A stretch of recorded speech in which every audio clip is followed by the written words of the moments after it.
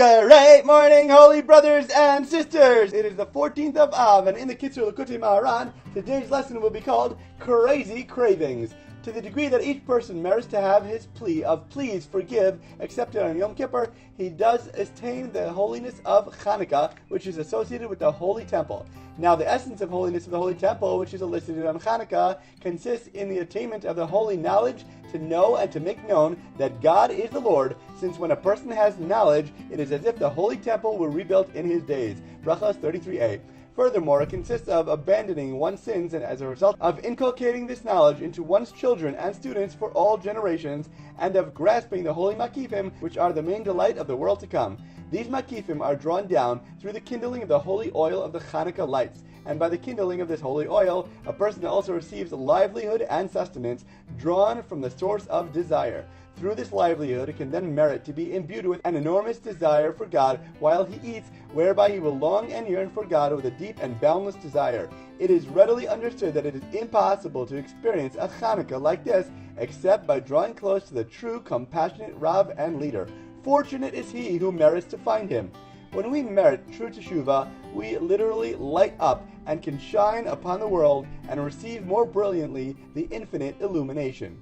When a person studies and speaks about a Torah insight innovated by a Torah sage of the generation, the sea of wisdom from which Malchus, kingship, receives sustenance, is thereby awakened and revealed, and Malchus is the source of fear and awe of God.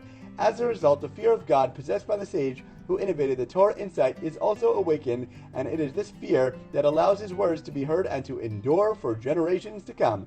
Consequently, great fear and awe of God fall upon the person who is studying this sage's Torah insight. Torah sparks ignite others until flaming torches light the world on fire. Teaching number 8.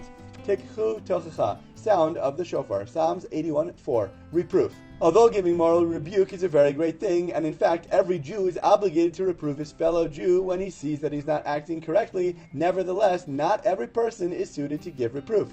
For regarding reproof given by someone who is unsuited to reprove, not only is his reproof ineffective, but he even causes the souls who hear his reproof to stink. Consequently, he weakens their souls and he interrupts the flow of bounty which comes to all of the worlds that are dependent upon these souls. For the only person who is really suited to rebuke the Jewish people for their sins is the one who can instill those souls who hear his rebuke with a good fragrance, and the only person who can do so is someone who has attained the voice that waters the Garden of Eden, Genesis 2:10, from which all fragrances and all fear of God grow. This voice is a song that will be sung in the futures. Nowadays, it is almost impossible to properly rebuke.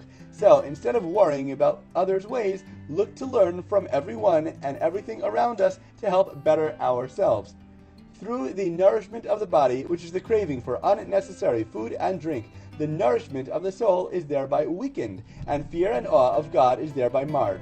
Fear of God is identical to the good fragrance, and it is the primary nourishment of the soul. The more we seek physical pleasures, the more we drive away our spiritual source.